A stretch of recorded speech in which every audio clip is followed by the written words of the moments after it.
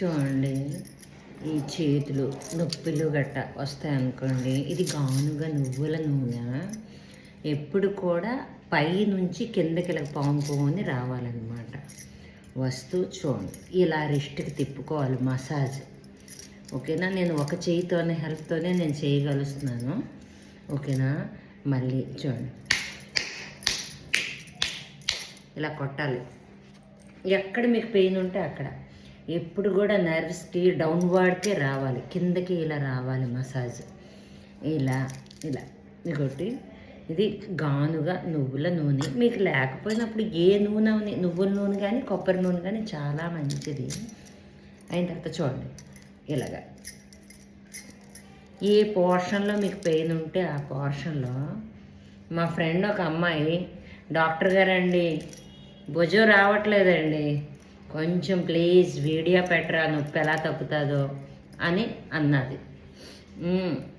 నాకు చాలా హ్యాపీ అనిపించింది. పోనీ ఒక్కలే మా నాన్న తర్వాత ఇంకొకరు నాకు డాక్టర్ గారండి అని చెప్పారని సరదా అనిపించింది అంతే. నేనేం డాక్టర్ని అయితే కాదు. ఇలా డౌన్వర్డ్ ఇలా చేసుకుంటూ చూడండి, ఈ ముడికిలు పిడికిలు ఉన్నాయి కదా, ఇలా బిగిస్తారు. బిగించి చూడండి, ఇలా ఇలా మసాజ్ చేసుకుంటారు. అది మనం ఒకరికి చేస్తే చాలా బాగా అవుతుందండి. ఇప్పుడు ఈ నర్వ్స్ మొత్తం ఇలా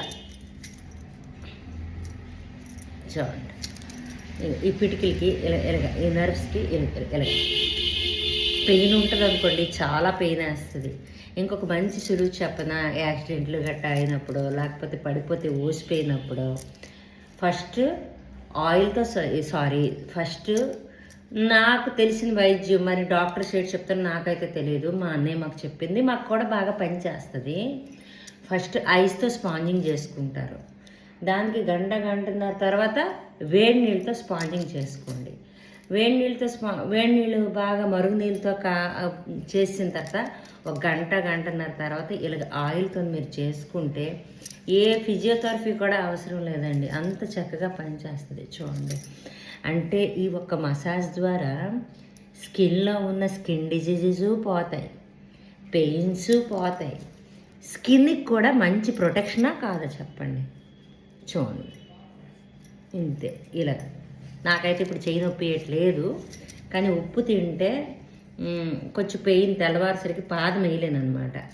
అప్పుడు నేను పాదాలని మసాజ్ చేసుకుంటాను. ఇలా చూడండి, ఇలాగా భుజం అనుకోండి, ఏదవని కూడా ఇక చూడండి, ఇలాగ చేసి ఇలాగా చేసినప్పుడు చాలా నొప్పి వేస్తుంది. ఇలా కొట్టడం,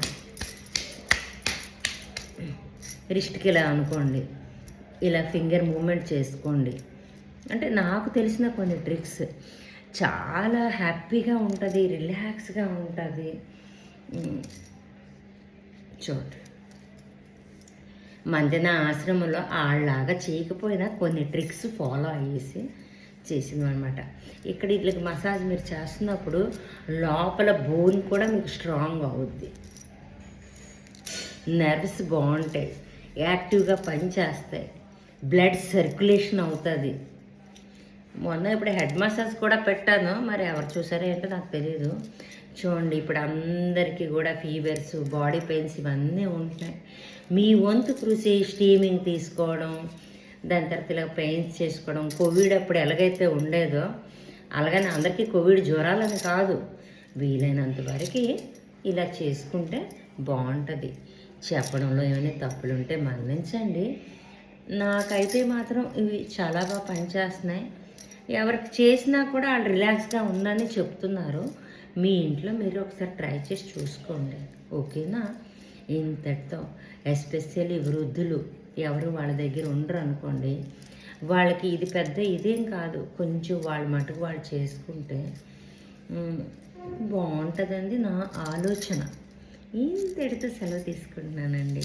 ఇది ఈరోజు మసాజ్.